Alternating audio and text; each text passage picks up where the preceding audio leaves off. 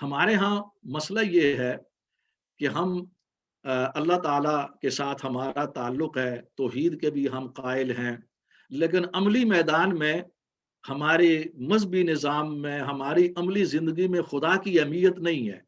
مثلا ہم نبی علیہ الصلوۃ والسلام کے بارے میں اگر کوئی گستاخی ہوتی ہے تو ہم بڑے حساس ہیں، خدا کے بارے میں اگر کوئی گستاخی ہوتی ہے تو ہم حساس نہیں ہیں، اور عملاً اللہ تعالیٰ کو ہم نے معطل کیا ہوا ہے۔ انہوں نے دلائل کے ساتھ ثابت کیا، وہ جو ابھی تھوڑی دیر پہلے میں بیان کر رہا تھا، خدا سے محبت اور خدا سے تعلق، اس کو دلائل کے ساتھ باقاعدہ طریقوں کے ساتھ کئی کئی کتابیں تصنیف کی ہیں ربانیت پر۔ انہوں نے ربانی، ایک ربانی انسان بن کی گستاخی، حضور کی گستاخی اور کسی بھی نبی کی گستاخی سے بہت بڑی ہے، بہت زیادہ حساس ہے، اور اس کو دلائل کے ساتھ انہوں نے ثابت کیا۔ یعنی اس لحاظ سے ہمارے ہاں جو تصورات ہوتے ہیں کہ با خدا دیوانہ باش، با محمد ہوشیار، ہوشیار ہو جاؤ،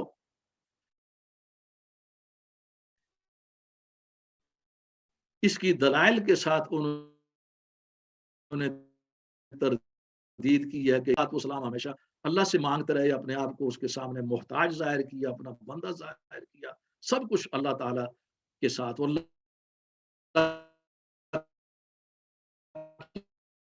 کی محبت میں ساری زندگی میں جن دلائل کے ساتھ مولانا وحید الدین نے واضح کیا، کسی اور نے نہیں کیا۔ یہ تو یہ پہلا کے لیے رہی ہے جس کے مینار ہے عظمت کا، اور وہ ہے الدعوہ، اسلامی دعوت۔ اس بارے میں سب سے پہلے انہوں نے اسلامی دعوت کے تصور کو امت کے سامنے پیش کیا دلائل کے ساتھ۔ آپ یقین کیجئے کہ ان کے لٹریچر پڑھنے کے بعد خود میرے جیسے انسان کے سامنے بھی دعوت کا تصور واضح ہوا، حالانکہ یہ تھا پہلے سے مگر مبہم تھا، کیونکہ اس انداز میں کسی نے بھی نہیں لکھا۔ ماضی کے اندر بھی جب میں لٹریچر کا مطالعہ کرتا ہوں تو اس انداز میں نہیں، یہ اللہ تعالیٰ سے کسی سے کام لے لیتا ہے، کچھ زبردست ان کا وہ ذہن تھا، اور جو سوچتے تھے یعنی وہ لکھنے کے بھی ماہر تھے۔ ہم تو لکھنے میں بھی بڑی سستی کرتے ہیں، یعنی ایک زبردست تصانیف انہوں نے چھوڑی ہے۔ ایک تو دعوت کا تصور، دوسرا دعوت کی اہمیت اور اس پر دلائل، اور امت کی جو قوت ہے عروج دعوت پر مبنی ہے، دعوت کا طریقہ، اس کے سٹیجز۔ آپ کو یاد ہوگا کہ اسی موضوع پر میں نے 5 لیکچر دیے تھے اسلامی دعوت پر، 5 لیکچر طویل، اور ان کا بہت بڑا حصہ جو ہے نا وہ ان کے دلائل سے ماخوذ تھا۔ یعنی یہ دلائل دعوت آپ کو یاد ہوگا اور ذہن میں وہ تازہ کر لیں۔ پھر انہوں نے دعوت کے طریقہ کار اور اپروچ کو واضح کیا کہ دعوت کیا ہے، اس کی اپروچ کیا ہوتی ہے، اور میتھوڈولوجی پورے دلائل کے ساتھ، اس کو قرآن، تفسیر، احادیث اور تاریخ، تمام دلائل کے ساتھ اسے واضح کیا، اور یہ واضح کیا کہ توحید کے بعد سب سے زیادہ اہم جو ہے وہ دعوت ہے، اور جتنی بھی اسلامی تحریکات ہیں جو اسلامی نظام کے لیے، اسلامی ریاست کے لیے کوشاں ہیں، یا جو فقہی تحریکات ہیں، سب کے لیے یہ پیغام ہے کہ وہ دعوت کو سمجھیں، کیونکہ دعوت کے بغیر نہ ریاست قائم ہو سکتی ہے، نہ نظام قائم ہو سکتا ہے۔ اس بات کو میں نے بھی اپنے اس لیکچرز کے اندر بڑے دلائل کے ساتھ پیش کر چکا ہوں، یہاں مزید نہیں۔ یہ وہ دوسری فیلڈ ہے کہ جس میں ان کی تصانیف، ان کا کام سب سے زیادہ ہے، اور انہوں نے عملاً خود ہندوستان میں تمام اداروں کا دورہ کیا، ہندوؤں تک جو ہے نا قرآن کا ترجمہ کیا انہوں نے، اور یہ بہترین انگلش میں ترجمہ کیا انہوں نے، وہ پہنچایا، اور اپنی تصانیف جو اسلام کے حوالے سے ہے، اور وہ ہندوؤں تک اور پارسیوں تک، دوسرے لوگوں تک، پوری دنیا تک، پھر اس کے بعد یورپ، امریکہ تک انہوں نے پہنچایا۔ یعنی یہ عملی انسان تھے، جو لکھتے تھے، جو سوچتے تھے، اس پر عمل کرنا عملی میدان میں یہ بہت کم ہوتا ہے، ہم لوگ تو صرف باتیں ہی کرتے رہتے ہیں۔ تیسرا جو میدان کے جس کے اندر ان کا کام منفرد ہے، یہ میں منفرد کہہ رہا ہوں، یعنی دوسرے علماء اس میں نہیں آ سکے، اگر ہیں تو بہت کم ان کا کام، میں یہ نہیں کہنا چاہتا کہ باقیوں کا نہیں ہے، مگر اس انداز میں ان دلائل کے ساتھ نہیں ہے۔ یہ بات میں آپ کے سامنے ایک اتھارٹی کی حیثیت سے پیش کر رہا ہوں، کیونکہ باقی علماء کے کام کو بھی الحمدللہ میں نے پڑھا ہوا ہے اور ان سے میں آشنا ہوں۔ اچھا کام کیا ہے لیکن اس انداز کا نہیں ہے۔ وجہ کیا ہے کہ باقی سب علماء کے اندر مغرب کے خلاف اور غیر مسلموں کے خلاف ایک تعصب ہے، ان کے اندر وہ نہیں تھا۔ ان کے اساتذہ کے اندر تعصب تھا مغرب کے خلاف بہت زیادہ، ان میں نہیں تھا۔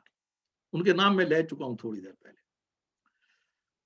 تیسرا جو میدان ایسا ہے کہ جن کے اندر تو میرا خیال یہ ہے کہ ان ہی کا کام ہے، باقی علماء اس کے اندر قدم نہیں رکھ سکے، اور یہی وجہ ہے یہ بدنام بھی ہوئے، کنٹروورشل بھی ہوئے، علماء کی طرف سے ان کو گالیاں سنی گئیں۔ اتنی گالیاں مولانا مودودی کو بھی نہیں پڑی جتنی ان کو پڑی ہیں، بلکہ جماعت اسلامی کی طرف سے بھی ساری گالیاں ان کو ملتی رہیں۔ اس کی وجہ سے ان پر الزام تھا یہ ہندوؤں کے ساتھ مل گئے ہیں، ان کو گورنمنٹ پیسہ دے رہی ہے، یہ جہاد کے منکر ہیں، یہ ہیں وہ ہیں بے شمار، اور پھر ان کے مشن کو ڈسکریڈٹ کیا گیا۔ اس کے اندر وہ مسئلہ، یہ میدان کیا ہے، معاملہ کیا تھا، اس کا عنوان میں نے دیا ہے کہ امت، احتساب اور زوال۔ یعنی امت کو دعوت دی گئی ہے کہ وہ اپنا محاسبہ کریں۔ ان کا جو زوال ہے وہ امت کی اپنے کرتوتوں کی وجہ سے ہے، وہ سازشوں کی وجہ سے نہیں ہے۔ مجھے اسی طرح یاد ہے کہ میرا پی ایچ ڈی جو نا وہ ہسٹری آف سائنس کے اندر تھا، یعنی ہسٹری میں، سائنس آف ہسٹری میں۔ تو جب ہسٹری کے اندر اور ہسٹری آف سیولائزیشن کے اندر آپ جاتے ہیں تو اس کے اندر یہی معاملات آپ کو ڈسکس کرنا ہوتے ہیں، غور و فکر کرنا ہوتا ہے۔ اور جب میں نے پوری طرح تاریخ کو ایک علم کی حیثیت سے کھنگالا تو یہ بات پی ایچ ڈی کے زمانہ میں میرے سامنے آ چکی تھی کہ امت مسلمہ اپنے زوال کی خود ذمہ دار ہے۔ اس زمانے میں عام پروپیگنڈا کے مطابق تھوڑی دیر آگے چل کر بیان کرنے والا ہوں کہ مولانا وحید الدین سے میں متنفر تھا، اپنی زندگی کا وہ بڑا حصہ میں ان سے متنفر رہا، لیکن اس بات کو میں دریافت کر چکا تھا۔ لیکن بعد میں جب میں ان کے لٹریچر سے واقف ہوا تو میری خوشی کی انتہا نہ رہی کہ جس چیز کو میں دریافت کر چکا ہوں، کچھ دلائل بھی تھے، اس کو زیادہ بہتر دلائل کے ساتھ انہوں نے پیش کیا۔ یہ ایک یکسانیت سامنے تھی، اور پھر انہوں نے امت کا جو حقیقی زوال ہے، زوال کے اسباب، ان کو پیش کیا۔ پھر اس نقطے کو پیش کیا جس کی وجہ سے ان کو مشکلات کا سامنا کرنا پڑا کہ امت مسلمہ غیر مسلموں کے معاملے میں اور خصوصاً مغرب کے معاملے میں متعصب ہے، بہت بڑا یہ ویسٹوفوبیا کا شکار ہے۔ اور انہوں نے واضح لکھا کہ جو قوم ویسٹوفوبیا کا شکار ہو وہ اسلاموفوبیا کے بارے میں کوئی اعتراض نہیں کر سکتی، وہ اپنا حق کھو چکی ہے۔ اصولی بات یہی ہے، قانون فطرت یہی ہے۔ اگرچہ یہ بات مسلمانوں کو بری لگی کیونکہ مسلمان اپنے آپ کو مظلوم سمجھتے ہیں، دوسروں کو ظالم سمجھتے ہیں، انہوں نے اس کی تردید کی، نو، یہ قرآن کے خلاف ہے، کیونکہ قرآن کے اندر بار بار اللہ تعالیٰ نے یہ وعدہ کیا ہے کہ وہ یحق اللہ الحق بکلمات، یہ اپنے کلمات، اپنی مدد کے ساتھ وہ حق والوں کی حمایت کریں گا، وہ حق کے ساتھ ہے۔ تو کیسے ممکن ہے کہ اتنی صدیاں گزر چکی ہیں، جو لوگ حق پر ہونے کا دعویٰ کرتے ہیں اہل ایمان کا، اللہ کی کوئی مدد ان کے ساتھ نہیں ہے، دوسروں کے ساتھ ہے، کامیابی تو ان کے لیے ہے۔ ہاں جی، ہم لوگ تو بالکل مقتدی اور غلام بنے ہوئے ہیں۔ یہ اس وقت ہوتا ہے کہ جب قومیں زوال کا شکار ہوتی ہیں، اور قرآن کا قانون یہ ہے کہ کوئی بھی قوم کسی دوسرے کی سازش کی وجہ سے زوال کا شکار نہیں ہو سکتی۔ اس سلسلے میں میں تاریخ سے عظیم مثالیں پیش کی ہیں۔ مثلا اب تو وقت اتنا زیادہ نہیں ہے، میں تو اختصار کے ساتھ ایک تعارف پیش کر رہا ہوں۔ مثلا انہوں نے عثمانی خلافت پر بہت کچھ لکھا ہے۔ مثلا سلطان سلیمان، سلطان سلیم، سلطان محمد فاتح، ان کے دور کے اندر بھی بڑی بڑی سازشیں تھیں، وہ ناکام ہو گئیں۔ تو آخر میں آ کر سلطان عبد الحمید کے خلاف سازش کیسے کامیاب ہو گئی؟ وہاں کیوں ناکام، یہاں کیوں؟ یہ ہے علم التاریخ، اور یہ آئینہ دکھایا امت کو کہ وہ اپنی شکل دیکھے کہ خود اپنے کرتوتوں کی وجہ سے، جیسا کہ یہودی ان کا زوال ہوا، اس پر بڑی مثالیں پیش کی انہوں نے، اور بہت بڑا ضخیم لٹریچر ہے۔ اور اس پر تاریخی دلائل ہیں. یہ وہ معاملہ ہے کہ جو دوسرے کوئی بھی بڑے بڑے مفکر اور مسلک اس میں قدم نہیں رکھ سکے. وہ اسی بیانیے اسی نیریٹو کی حمایت کر رہے ہیں کہ مسلمان مظلوم ہے اور وہ ویسٹوفوبیا میں مبتلا ہیں، اور خود اسلاموفوبیا سے ہم شکایت کرتے ہیں اور ہمارے اندر بہت بڑی نفرت ہے غیر مسلموں کے خلاف. ہو اس کو انہوں نے لکھ کر واضح کیا اور یہی وجہ ہے یہ سب سے زیادہ بدنام ہوئے. اور ماں سوائے اہل علم کے عام پبلک ان کے کام سے واقف نہیں ہے، اس پراپوگنڈا کی وجہ سے کہ ان کو کنٹروورشل کر دیا گیا. پھر چوتھا میدان کے جس کے اندر انہوں نے بہت بڑا اس دور کے اندر کام کیا، عربی میں، اردو میں، ہندی میں اور خصوصاً انگلش میں، وہ اسلام ایک پرامن آئیڈیالوجی ہے اور اس پر بڑے لٹریچر ہے، اس پر زبردست مستحکم دلائل پیش کیے ہیں. وہ جو انتہا پسندانہ نظریات ہیں، مثلا داعش اور اس جیسی تنظیموں کے کہ جنہوں نے قرآن، احادیث اور تفسیر کو آؤٹ آف کانٹیکسٹ کر کے پیش کیا ہے اپنے جذباتی دلائل کے، جذباتی موقف کے حق میں. تو انہوں نے دلائل کے ساتھ، قرآن کی آیات ہیں، احادیث ہیں، تفسیر ہے، تاریخ ہے، یعنی محکم دلائل کے ساتھ یہ ثابت کیا کہ فی الواقع اسلام ایک پیس ہے اور ایک امن کا مذہب ہے اور تمام انسانیت کے لیے ہے.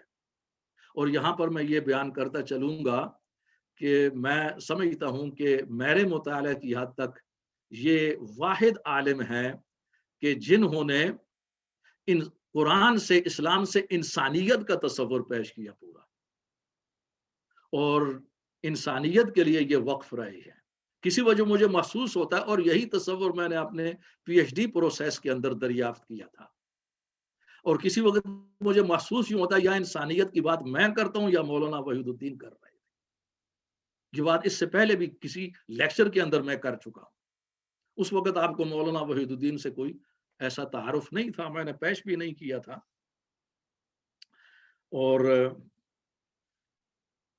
پانچواں وہ حصہ کہ جس میں باقی علماء کا بھی کام ہے، اس میں مولانا مودودی علیہ الرحمت کا بھی خاصا کام ہے، لیکن ان کا کام جو ہے نا وہ ایک انفرادیت رکھتا ہے اس میں کہ مغربی تہذیب، مغربی افکار اور مغربی مفکرین کے حوالے سے انہوں نے جو کچھ لکھا ہے ایک وہ متوازن ہے، اس لیے کہ یہ ایک داعی اللہ ہیں، دعوی اپروچ کے تحت لکھا ہے ہمدردی کی بنیاد پر.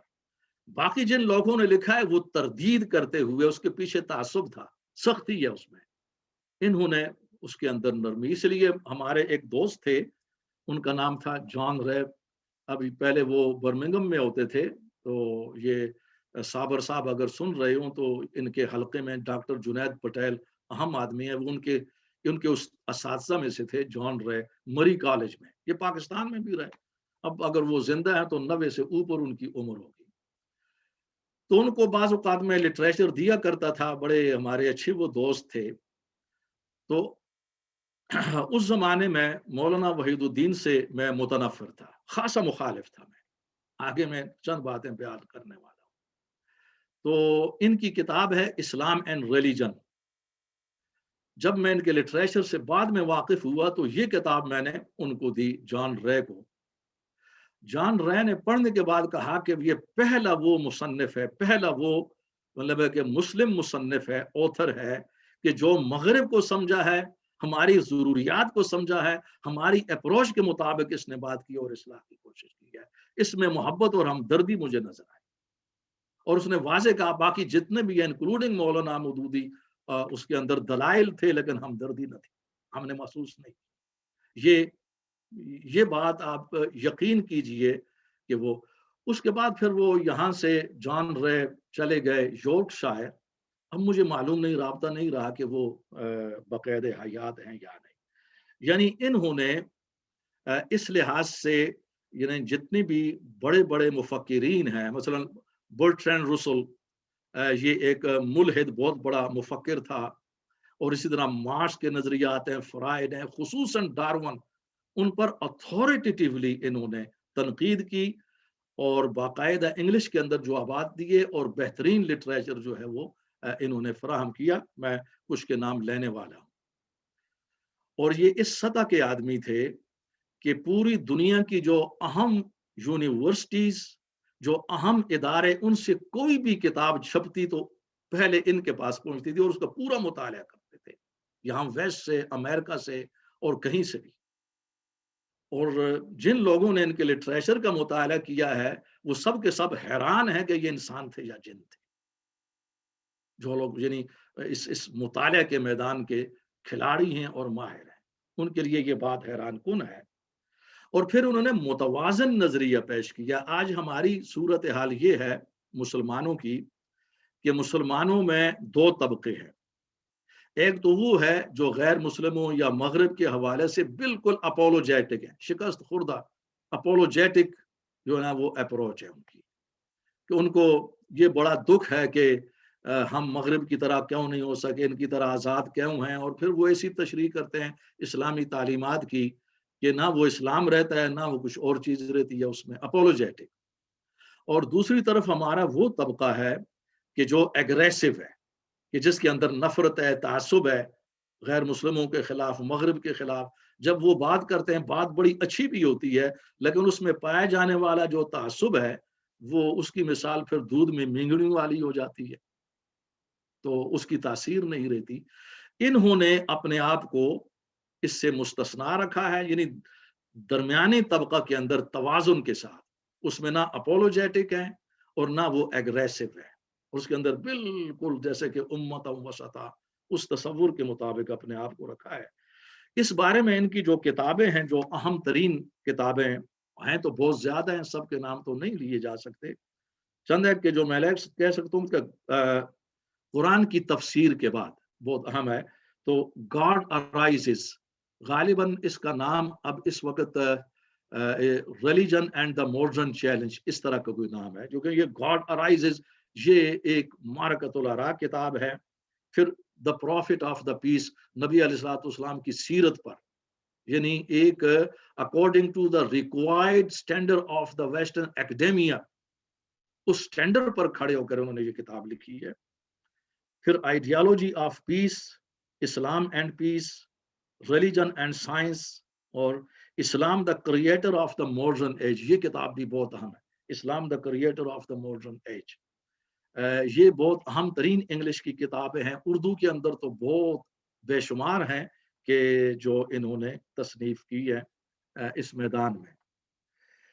چھٹا میدان جو ہے نا یہ آخری ہے کہ جس کے اندر انہوں نے جو کام کیا ہے منفرد ہے، یعنی باقی علماء کا اگر کوئی کام ہے تو وہ بہت محدود ہے، ان کا جامع ہے، منفرد ہے، دلائل کے لحاظ سے بہت آگے ہے، توازن اور محبت کے لحاظ سے بہت آگے ہے، اس لیے انفرادیت ہے۔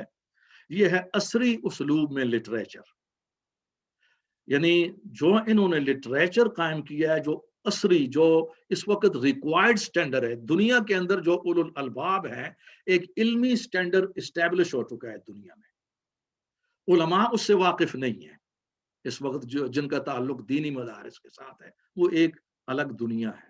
یہ وہ واحد آدمی ہے کہ جنہوں نے اس کو مکمل طور پر سمجھنے کے بعد اسلامی تعلیمات اور اسلام کے احکامات کی جو فکری عظمت ہے عصری اسلوب کے انہوں نے پیش کی ہے، اور اس کے اندر انہوں نے اپروچ دی ہے، عصری اسلوب کیا ہے، اس کی تعریف کیا ہے، اس کا معیار کیا ہے، عملی میدان میں کام کیسے کرنا ہے، اس کے مطابق جو لٹریچر ان کا ہے یہ انتہائی قابل قدر ہے۔ جیسا کہ میں نے عرض کیا کہ میرا ابتداءً ان کے متعلق پراپوگنڈا زیادہ تھا کہ یہ ہندوؤں سے ملے ہوئے ہیں، جہاد کے مخالف ہیں، گورنمنٹ آف انڈیا کے ایجنٹ ہیں، پھر اس قسم کے پراپوگنڈا کی وجہ سے میرا ان سے کوئی رابطہ نہیں تھا۔ مجھے اچھی طرح یاد ہے 1994 میں ان کا ایک program Sparkbrook Islamic centre مسجد میں رکھا گیا تھا، اس زمانے میں میری کچھ ڈیوٹیز بھی اس مسجد کے ساتھ تھیں، مولانا نثار احمد صاحب رحمۃ اللہ علیہ بانی تھے، ان کے حوالے سے، لیکن میں نے انتہائی، میں کہہ سکتا ہوں غصے کے ساتھ وہ پروگرام اٹینڈ نہیں کیا تھا ان کا، اور میں روک رہا تھا کہ ان کا پروگرام نہ اٹینڈ کیا جائے کوئی بھی۔ اس زمانے میں وہ جذباتیت تھی، وہ ایک جہاد کا تصور تھا، یہ جہاد کا مخالف ہے، یہ ہے وہ ہے. اس سے آپ اندازہ کر سکتے ہیں کہ پراپیگنڈا کتنے لوگوں کو گمراہ کرتا ہے، اور اس کے ذریعے کتنی بڑی بڑی نیکیاں ہیں، خیر کے کام ہیں جو ادھورے رہ گئے ہیں اس دنیا میں اور اس تاریخ میں. اللہ تعالیٰ بچائے اس سے. لیکن بعد میں نے عرض کیا کہ پھر وہ پی ایچ ڈی پروسیس کے بعد میں نے اپنے سارے نظریات جو ایسے تھے جذباتی ختم کر دیے، اور نئی دریافتیں سامنے آئیں.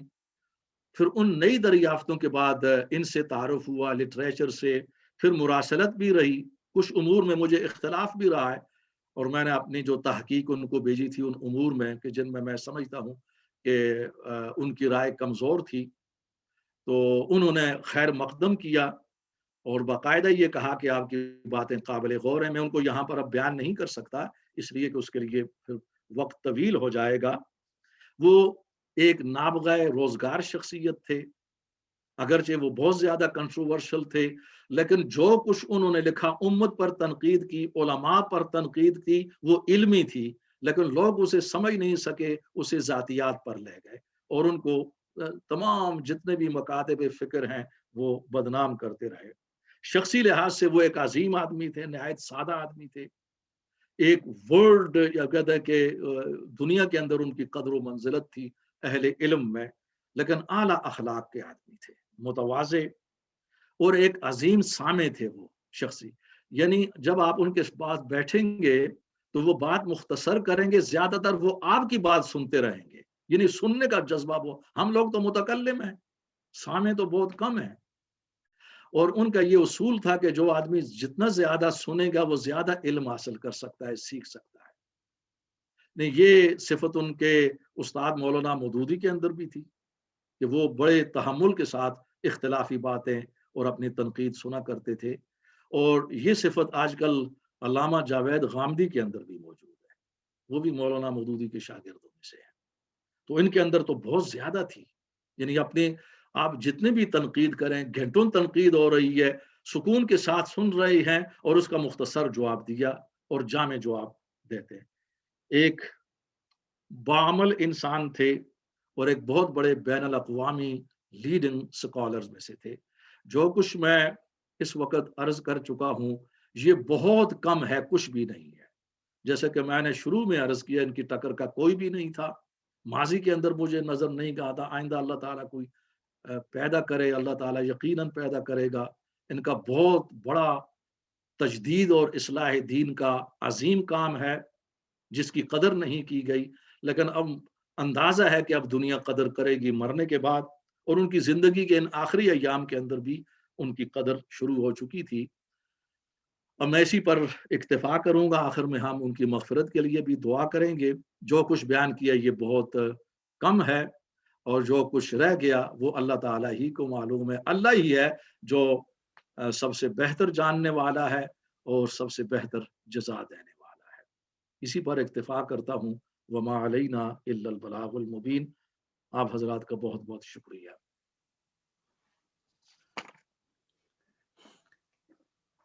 السلام علیکم ڈاکٹر صاحب.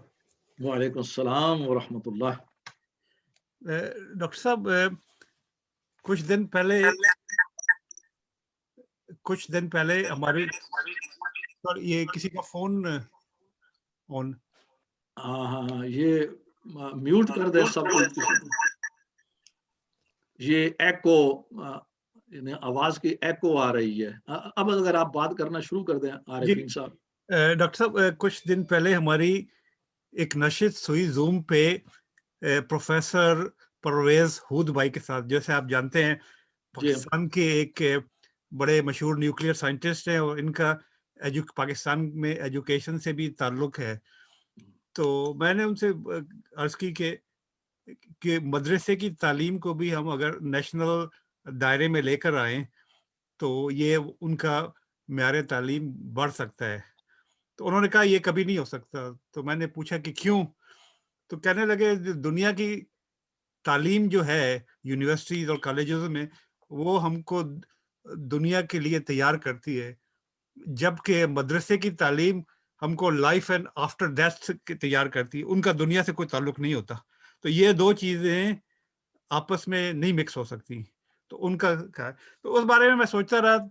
تو ہمارا جو مذہبی تعلیم کا نظام ہے وہ ہم کو دنیا کے لیے چھوڑتا ہے نہ ہمیں آخرت کے لیے, دین اور دنیا کے لیے وہ ہمیں کسی قابل نہیں چھوڑتا, کیونکہ عموماً ہمیں اس قسم کی احادیث کوٹ کی جاتی ہیں کہ انسان کو دنیا میں ایک مسافر کی حیثیت سے رہنا چاہیے, کہ یہ ایک وقتی جگہ ہے جبکہ ہمیشہ کی زندگی لائف آفٹر ڈیتھ ہوتی ہے.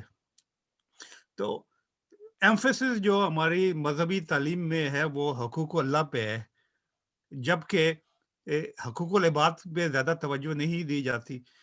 آپ دیکھ لیں مسلمانوں کی تقریباً 58 ملک ہیں, ان کا کنٹریبیوشن انسانیت کے لیے اور حقوق العباد کے لیے تقریباً 0 ہے.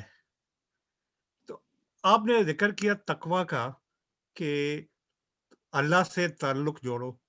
اب اس کا کیا مطلب اللہ سے تعلق جوڑو کہ آپ ایک کونے میں بیٹھ جائے, دنیا کو ترک کر دے اور ذکر میں لگے رہیں, جبکہ میں سمجھتا ہوں اللہ کا تعلق مسلمان دنیا میں جو بھی عمل کرے, اگر وہ صبح اپنے گھر سے نکلتا ہے روزی کمانے کے لیے, وہ بھی مسلمانوں کے لیے عبادت ہے. صرف نماز, روزہ, حج, زکوٰۃ عبادت نہیں ہے. مسلمان کا ہر کام جو دنیا میں رہ کے وہ کرتا ہے وہ عبادت میں شمار ہوتا ہے. لیکن عملی زندگی میں ہم نے دیکھا ہے کہ کوئی ہمارا جو ہے وہ اسلام سے تعلق نہیں ہے. اب پاکستان کو چھوڑیں, اب یہاں دیکھ لیں جتنے بھی مسلمان ہیں عموماً روزے رکھتے ہیں. آپ ایزرا میں چلے جائیں, ٹیسکو میں چلے جائیں, وہاں انہوں نے رمضان کی اسپیشل آفریں لگائی ہوئی ہیں, قیمتیں کم کی ہوئی ہیں, جبکہ اپنی شاپوں میں جاؤں تو گوشت کی قیمتیں بھی انہوں نے آسمان پہ کی ہوئی ہیں, سبزیاں بھی کہ یہ میں برمنگھم کی بات کر رہا ہوں, پاکستان کی نہیں بات کر رہا. اور ہر چیز میں ملاوٹ, چوری چکاری. تو اس بارے میں ذرا آپ واضح کریں گے کہ اللہ سے تعلق کا کیا مطلب ہے, کہ صرف ذکر کرنا یا یہ کہ کوئی عملی زندگی میں بھی آدمی دنیا میں رہتے ہوئے اللہ سے تعلق قائم کر سکتا ہے؟ شکریہ. سب سے پہلے ہود بھائی کی طرف آتے ہیں. انہوں نے جو بات کی ہے اس بات سے مجھے اختلاف ہے کہ ان کا یہ کہنا کہ دونوں نظام مل نہیں سکتے. یہ عملاً اس وقت ہمارے سامنے ایسی مثالیں موجود ہیں ملنے کی بھی. مثال کے طور پر انٹرنیشنل اسلامک یونیورسٹی آف اسلام آباد, کہ جس میں میرے لیکچر بھی ہوتے ہیں اور وہاں سے رابطہ بھی ہے. International Islamic university of Malaysia, اس کے اندر جدید علوم بھی ہیں اور اسلامی علوم بھی ہیں دونوں کے. خود میں آپ کے سامنے بیٹھا ہوا ہوں, ہم باقاعدہ مدارس کی تعلیم بھی ہے اور یونیورسٹیوں کی تعلیم بھی ہے. ہاں جی. تو ایک تو یہ جو ہماری تاریخ ہے اس سے یہ بات بھی مطابقت نہیں رکھتی. دوسرا, ہود بھائی کی جو بات آپ نے نقل کی ہے کہ دینی مدارس کی جو تعلیم ہے اس کا تعلق آخرت کے ساتھ ہے, چونکہ دنیا سے نہیں ہے, اور یونیورسٹیوں کی تعلیم دنیا سے متعلق ہے, تو اس لیے دونوں نہیں مل سکتی. یہ تصور بھی میں نہیں سمجھتا کہ وہ, میں جانتا ہوں بڑے پڑھے لکھے آدمی ہیں, اگر یہ بات انہوں نے کہی ہے تو میرے لیے حیرت انگیز ہے, کیونکہ خود دینی تعلیم کا بھی بہت بڑا حصہ دنیا سے تعلق رکھتا ہے. ہم یہ جو ایک شکایت کرتے ہیں عام طور پر کہ یہاں قرآن کو اور حدیث کو کم اہمیت دی جاتی ہے دینی اداروں میں, ان کے سلیبس میں, اور فقہ کو زیادہ دی جاتی ہے. تو یہ فقہ کیا ہے؟ فقہ جو ہے وہ مسلمانوں کے عملی مسائل اور ان کے حل کا نام ہے. اس کے اندر ان کے سیاسی مسائل ہیں, سماجی مسائل ہیں, سوشل مسائل ہوتے ہیں, عبادات کے مسائل ہیں. اس میں دنیا بھی اور آخرت دونوں ہیں سیلیبس میں. اس میں کمی اس بات کی ہے کہ اس سیلیبس کو جدید کیا جائے. جو ہمارے دینی مدارس میں جو مثلا علامہ المرغنانی کی الہدایہ پڑھائی جاتی ہے, فقہ کی بہت بڑی کتاب ہے, وہ آج سے 800 یا 900 سال پہلے گزرے ہیں. اس زمانے کے حالات آج نہیں رہے. انہوں نے اپنے حالات کو سامنے رکھ کر یہ کتاب مرتب کی تھی. وہ اپنے دور کے سب سے بڑے سوشل سائنٹسٹ تھے, یعنی جدید علوم اور فنون کے منبع تھے.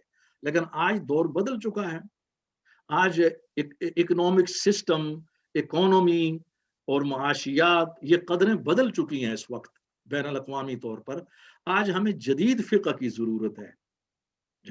تو مسئلہ صرف یہ ہے, مسئلہ یہ نہیں ہے کہ جو دینی مدارس کا نصاب ہے اس کا کوئی دنیا سے تعلق نہیں, آخرت کے ساتھ نہیں, آخرت سے بھی ہے اور دنیا سے بھی ہے. یہ ہود بھائی اس میں میرا خیال میں غلطی کر گئے. میں احترام برقرار رکھتے ہوئے بات کرتا ہوں کہ وہ صاحب علم لوگوں میں سے ہیں, لیکن بہرحال وہ ہر آدمی کا اپنا ایک نقطۂ نظر ہوتا ہے.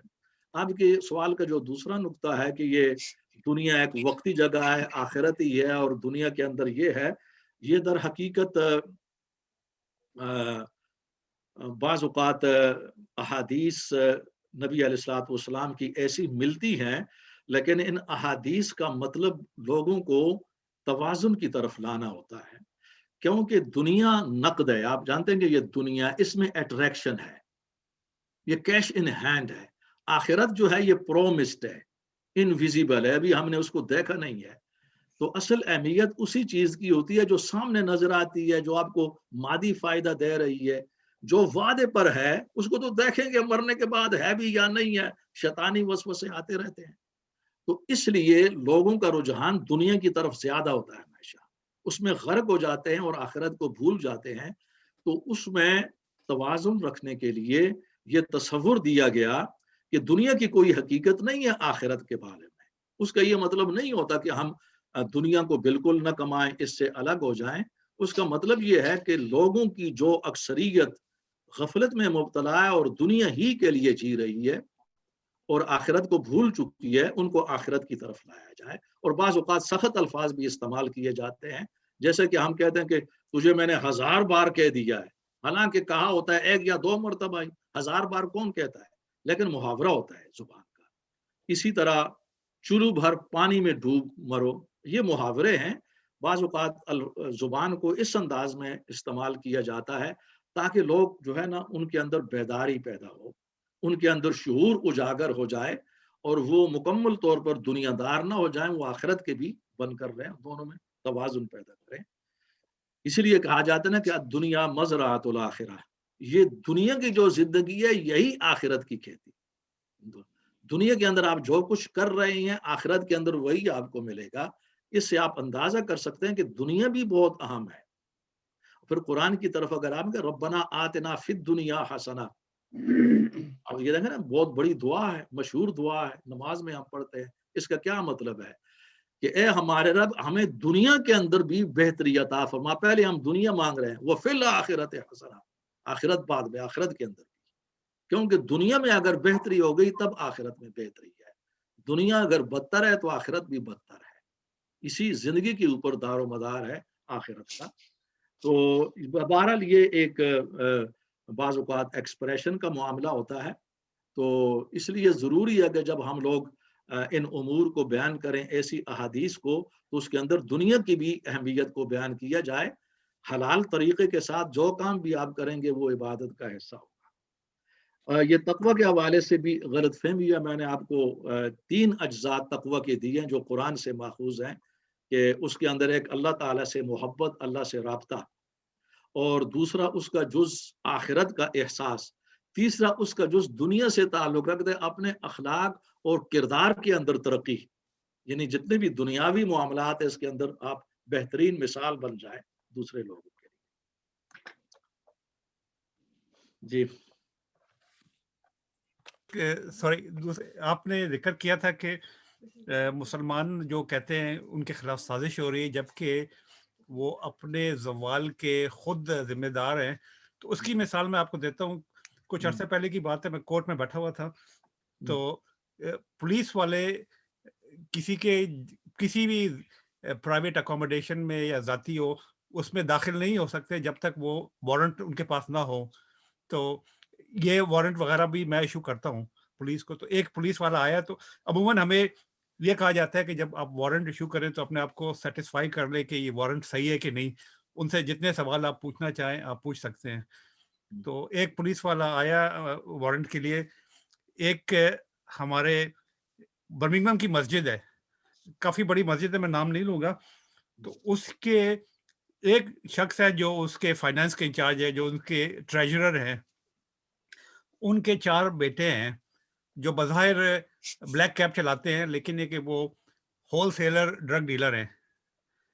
تو یہ بلیک کیب میں جو ہے نا وہ ڈلیوری کرتے ہیں اس کی نا, تو وہ جو کیش اس سے کماتے ہیں وہ اپنے والد صاحب کو دیتے ہیں, جو مسجد کے چندے پہ ڈال کے اس کو لانڈر کرتے ہیں کیش کو.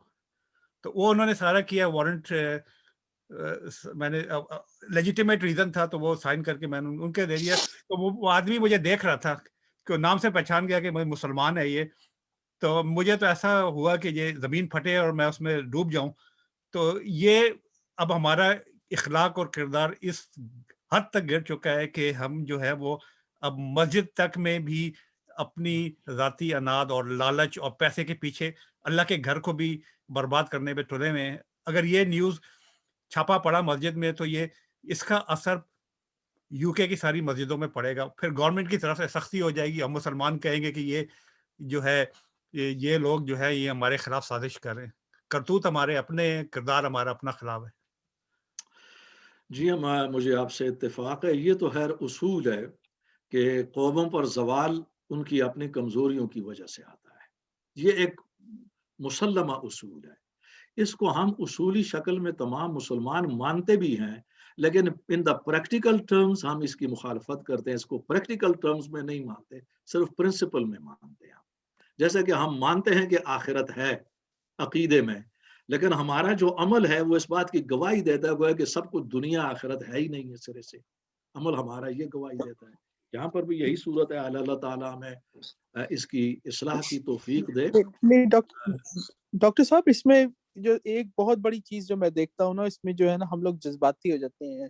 اب سوشل میڈیا پہ بھی چیزیں چلتی ہیں. اس دن ایک الحمرہ کی ہمارے ہی دوست نے ایک وہ شیئر کی تھی کہ وہ جس میں اذان دے رہا تھا سیرین اور کہ الحمرہ کے اندر, اور اس کے اندر جو تاریخ لکھی گئی اس میں یہ تھا کہ جی اس میں سارا بلیم عیسائیوں پر ڈال دیا گیا کہ عیسائیوں نے اسپینش کو ہرایا, مسلمانوں نے 700 سال تک حکومت کی, اور اس کے بعد جو ہے ہم مسلمانوں کو نکال دیا اور یہ کر دیا وہ کر دیا. یہ کوئی بتاتا نہیں کہ وہ جو حکمران تھے اس وقت, وہ جو اس الحمرہ میں رہ رہے تھے, جب مسلمانوں کی پٹائی ہوئی اس وقت ان کی کیا حالت تھی.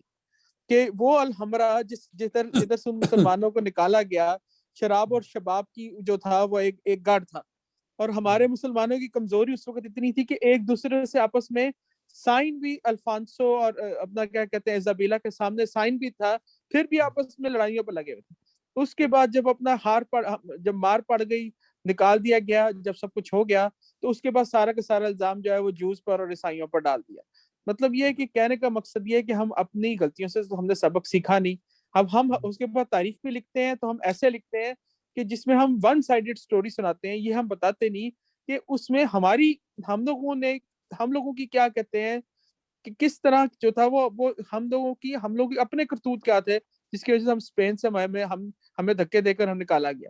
یہ تو ہمارے اندر سب سے بڑی پرابلم یہ ہے کہ ہم ون سائیڈ سٹوری سناتے ہیں, اس پہ بلیو کرتے ہیں, اور ہم اپنی جو ویکنس ہے اس کے اوپر ہم نہ اس کو سننا پسند کرتے ہیں, اور نہ یہ ہے کہ ہم اس سے سبق لیتے ہیں.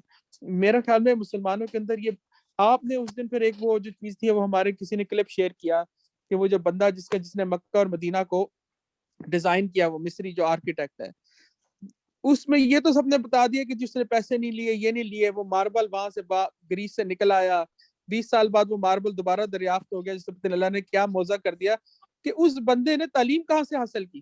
اس نے اسلامک آرکیٹیکچر میں پی ایچ ڈی یورپ میں آگے کی, اور یہاں سے اس نے آگے اسلامک آرکیٹیکچر کی تعلیم لے کر واپس جا کے مکہ اور مدینہ کی مسجدیں ڈیزائن کی. ہم لوگوں کا تو یہ حال ہے کہ ہم اپنا کیا کہتے ہیں, ہم اپنی آرکیٹیکچر کی ہسٹری کو بھی سیو نہیں رکھ سکے. ہمارا مسلمانوں کا سب سے بڑا مسئلہ جو وہ یہ ہے کہ ہم اپنی ویکنس کے بارے میں نہ سننا چاہتے ہیں نہ سمجھنا چاہتے ہیں. جب تک ایک بندہ اپنی کمزوری کو نہ سمجھے گا تو اصلاح کس طرح ہوگی. بالکل, یہ آپ نے بڑے پائے کی بات کی ہے. آج کے لوگوں کو, مسلمانوں کو اپنے کردار پر اور اپنے اعمال پر تنقیدی انداز میں غور و فکر کی ضرورت ہے. ہماری عمومی کمزوری یہ ہے کہ ہمارے نصاب میں ہماری تاریخ نہیں ہے, اور ہماری مسلمان یونیورسٹیوں کے اندر بھی تاریخ کا کوئی قابل ذکر شعبہ نہیں ہے جو صحیح معنوں میں مجھے مل سکا ہو. اور ہم نے تاریخ کے اسباب تو یہاں مغربی یونیورسٹیوں سے حاصل کی ہے. اور میں آپ کو سچی بات بتاتا ہوں کہ خود جو اسماء الرجال یہ بہت بڑا علم ہے جس کے اوپر ہمارا علم الحدیث کھڑا ہے، اس کی بنیاد اسماء الرجال ہے، اور وہ اسماء الرجال یہاں پر ہم نے مغرب کی یونیورسٹیوں سے حاصل کیا، سمجھا۔ وہاں جن اداروں کے ساتھ ہمارا مسلم ممالک میں تعلق رہا ہے، میں جانتا ہوں کہ ہمارے اساتذہ کو بھی اب اسماء الرجال اور اس کے محققین اور اس کے اصولوں کی وہ سمجھ نہیں ہے جو الحمدللہ مجھے حاصل ہے، یہ یہاں کی یونیورسٹیوں نے دی ہے۔ یہ چیزیں ہمارے مسلمانوں کو بتائی جائیں، خصوصاً پاکستان میں، اور میں نے آپ کے سامنے کہا تھا کہ ہم لوگ تو اس حد تک گر چکے ہیں کہ پچھلے سال یعنی فروری کے آغاز میں پاکستان میں تھا، تو اس زمانے میں تازہ تازہ یہ کرونا جو ہے نا وہ برآمد ہوا تھا ووہان میں، چائنا میں تھا، ابھی یہ باہر نہیں نکلا تھا، لیکن خوف تھا کہ نکلنے والا ہے، کچھ نہ کچھ کیسز آ رہے تھے۔ تو عموماً میں نے محسوس کیا کہ پاکستان کے مسلمانوں کا تاثر یہ تھا کہ یہ امریکہ کی سازش ہے کہ اس نے وہاں پر ایسا کر کے چین کو سزا دینے کے لیے یہ کورونا نکالا ہے۔ بس ڈاکٹر صاحب میں یعنی یہی کہتا ہوں، آپ اس سے اندازہ کر سکتے ہیں کہ ہم لوگ جو مغرب کو اسلام فوبیا کے حوالے سے لتاڑتے ہیں، تو ہم ویسٹو فوبیا کی کس گرے ہوئے مقام پر کھڑے ہیں۔ ڈاکٹر صاحب ابھی بھی اسی چیز میں لگے ہوئے ہیں۔ ابھی کل کسی نے وہ ایک پتہ نہیں کون سی، میں اب تحریک کا نام تو نہیں لوں گا، پاکستان میں کل کسی نے وظیفہ شیئر کیا جی کرونا کے خلاف، کرونا سے وہ شفا کا وظیفہ۔ میں وہ وظیفے کو میں نے صرف اتنا سے جواب لکھا کہ اگر یہ وظیفہ اویلیبل ہوتا تو حضرت عمر جو ہے اپنے زمانے میں جب طاعون سیریا میں آیا تو انہوں نے پابندی کیوں لگا دی کہ جو کوئی بندہ وہاں سے سیریا سے باہر نہ نکلے، اور جو سیریا سے جو سیریا میں کوئی جائے نا۔ 25,000 صحابہ ہمارے اس طاعون میں شہید ہو گئے۔ اسلامی ہسٹری میں اس کو حضرت عمر نے اکنالج بھی کیا، اور 2-3 سال پابندی لگی رہی، یعنی کہ ہم نے وہاں پہ پریکاشن بھی لی۔ اگر یہ وظیفے یا ٹوٹکے ٹوانے ہوتے تو حضرت عمر جو ہے سب سے پہلے وہ جو تھا وہ وظیفہ میں دیتے، ان صحابہ کو دیتے اور کہتے یہ وظیفے پڑھو بیٹھ کے اور اپنا کیا کرتے رہو۔ لیکن ہمارا اس وقت اتنا ہمارا اخلاق اور معیار گر گیا ہے کہ مطلب یہ ہے کہ ہم لوگوں کو یہ چیز سمجھ ہی نہیں آ رہی کہ ہم لوگوں کا حشر کیا ہو گیا۔ آپ یہ سب کانٹیننٹ کی ہسٹری دیکھ لیں، بہادر شاہ ظفر کے بعد ہم لوگ جو ہیں اپنے ہمارے خاص پنجاب کے لوگ، اور یہ سارے اسپیشلی میں پنجاب کو کہوں گا کیونکہ ٹریٹرز تو زیادہ تر یہی تھے، پنجابی تھے، پنجاب کے لوگ سب سے بڑے تھے، کہ ہم لوگوں کا خیال ہے کہ ہم معصوم تھے اور ہمیں انگریزوں نے مارا۔ حالانکہ ہسٹری یہ ہے کہ 17ویں صدی میں بہادر شاہ کی حکومت ختم ہو گئی، اس کے بعد جو حکومت جنہوں نے پریڈومیننٹلی رول کیا انڈیا کو 150 سال تک، وہ مرہٹے اور سکھ تھے۔ اور مسلمان جو تھے، مسلمان تو سوائے ٹیپو سلطان کے اور وہ ایک سراج الدین دولہ، اس کے علاوہ سارے کے سارے مسلمان جو تھے وہ تو انگریزوں کے لائی بن گئے تھے جب بہادر شاہ کی سلطنت ختم ہوئی۔ اور ہم نے تو انگریزوں کی مدد کی تھی مرہٹوں کے خلاف اور اپنا سکھوں کے خلاف سارا وقت، اور ہم نے اپنا کیا کہتے ہیں ہمیں انہی کی مدد کی وجہ سے یہ مسلم جو یہ ساری ریاستیں ملی تھی، یہ جوناگڑھ کی، دکن کی، بھاول پور کی، یہ ساری ریاستیں مسلمانوں کے حصے میں اس لیے آئی تھی اور ہندوؤں کو نہیں ملی تھی کیونکہ ہندو اور انگریزوں کی لڑائی ہوئی تھی، سکھوں کی اور انگریزوں کی لڑائی ہوئی تھی۔ مار پڑی تھی ہندوؤں کو، مار پڑی تھی انگریزوں کو، مرہٹوں کو بیسکلی، مرہٹا اور مرہٹا امپائر جو تھی 100 سال تک مرہٹا ہی چلے تھے یہ سارے کے سارے۔ اور لیکن ہمیں ہسٹری میں ایسے پڑھا دیا گیا کہ وہ بہادر شاہ ظفر تو تھا، وہ ختم ہو چکا تھا، دلی کے اندر وہ بیٹھا ہوا پتہ نہیں کیا وہ تسمیہ پڑھا تھا، کیا کہہ رہا تھا، لیکن لڑائی تو ساری انگریزوں کی مرہٹوں اور سکھوں کے خلاف رہی۔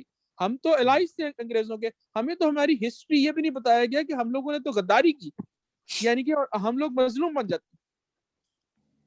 یہ اصل میں آئینہ دکھانے والی بات ہے، جو باتیں آپ نے کی ہیں یہ تاریخ کا حصہ ہیں، حقائق پر مبنی ہیں، لیکن جب یہ اس فورم پر تو چل سکتی ہیں، لیکن جب یہ پبلک کے سامنے کسی تحریر میں آتی ہیں تو اس کے مقابلے میں پھر گالیاں اور نفرت ملتی ہے۔ یہ مولانا وحید الدین کا نام میں اس لیے لے رہا ہوں کہ یہ ساری باتیں بڑے دلائل کے ساتھ انہوں نے مسلمانوں کے سامنے کی ہے۔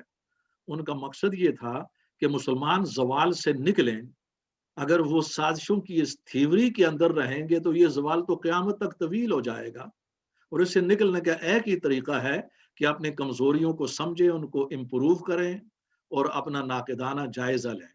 یقیناً اس قسم کی آواز نامانوس اور غیر مقبول ہوتی ہے مسلمانوں میں. ہم جذباتی ہو چکے ہیں بہت زیادہ اور اپنے آپ کو حد سے زیادہ مظلوم سمجھتے ہیں. 1945 تک ہمارے پنجاب کے مسلمان جو تھے یونینسٹ پارٹی کے اندر انگریزوں کے حامی رہے, انگریزوں کے الائز رہے, صرف اور صرف 1944 سے 43 تک صرف اور صرف قائد اعظم کو اور مسلم لیگ کو اس لیے جوائن کیا جب انگریزوں نے الٹیمیٹم دے دیا کہ جی ہم جا رہے ہیں ورلڈ وار 2 کے بعد, اب ہم کمزور ہو گئے, ہم اپنا سب کانٹیننٹ پہ نہیں رہ سکتے, ڈیسائیڈ کر لو what you want to do, تو قائد اعظم کو جوائن کیا. ورنہ اینڈ تک جو تھا ہمارے مسلمان جو ہیں وہ انگریزوں کے ساتھ ہی رہے, لیکن مس شدہ ہسٹری جو پڑھائی گئی ہے اس کی وجہ سے ہم لوگوں کو یہی نہیں پتا کہ ہم لوگوں نے ماضی میں غلطیاں کیا کی ہیں, اور ہم لوگ جو ہے ہر چیز پہ مظلوم پڑتے ہیں. جس ویسٹوفوبیا کی ہم بات کرتے ہیں 1767 کے بعد بہادر شاہ ظفر کو اپنا کہ مرنے کے بعد اس کے بیٹوں کے زوال کی جب داستان شروع ہوتی ہے, مرہٹے جو وہ اوپر جاتے ہیں, سکھ جو ہیں وہ اوپر جاتے ہیں, تو اسی ویسٹوفوبیا کے ساتھ ہم نے ہم ان کے خلاف لڑائیاں کرتے ہیں, اور اس کے بعد جو ہے اپنا کیا کہتے ہیں اب ہم اس ویسٹوفوبیا کو کے سامنے مظلوم بن گئے کہ تم نے جو ہے ہمیں ہمارے سے سب کانٹیننٹ لے لیا. میں تو اس چیز پر حیران ہوں کہ ہم لوگوں کا کیا دین اور ایمان ہے. جی ہاں, یہ اس صورتحال میں تو ظاہر بات ہے کہ اللہ تعالیٰ کی مدد تو ہم حاصل نہیں کر سکتے. یہ تو دل کے خوش رکھنے کو غالب یہ خیال اچھا ہے. اصل میں کرنے کا کام یہ ہے کہ مسلمانوں کو ان کی صحیح تاریخ سے آگاہ کیا جائے تاکہ وہ کچھ اٹھ سکیں اور اپنی اصلاح کر سکیں. موجودہ صورتحال میں جب ہم اپنی مظلومیت کو روئیں گے تو اس سے تو حاصل کچھ بھی نہ ہوگا, جو کہ حقیقت نہیں ہے. یہ کوئی اور سوال کسی ساتھی کا اگر کوئی؟ دعا کر لیں ڈاکٹر صاحب. ٹھیک ہے, پھر دعا پر اختتام کرتے ہیں. دعا میں ہم مولانا وحید الدین علیہ الرحمت کے لیے بھی دعا کر رہے ہیں, سب کے لیے. الحمدللہ رب العالمین والصلاة والسلام علی رسول محمد وآلہ وصحبہ اجمعین. ربنا آتنا فی الدنیا حسنہ وفی الآخرۃ حسنہ وقنا عذاب النار. اللہم اعنا علی ذکرک وشکرک وحسن. یا اللہ تو تمام مرحومین کی مغفرت, خصوصاً ہم شیخ مولانا وحید الدین کی مغفرت کے لیے دعا کرتے ہیں. یا رب العالمین ان کی مغفرت فرما, ان کی بخشش فرما, ان کی تمام خدمات کو قبول فرما. رب العالمین انہیں جنت الفردوس عطا فرما, ان کے مشن کو جاری فرما. ہم سب کی مغفرت فرما, ہمارے معاملات درست فرما. یا رب العالمین اس وبا کو دور فرما, اور جو اس کے متاثرین اور مریض ہیں ان سب کو شفا عطا فرما. سبحان ربک رب العزت عما یصفون وسلام علی المرسلین والحمد للہ. جزاک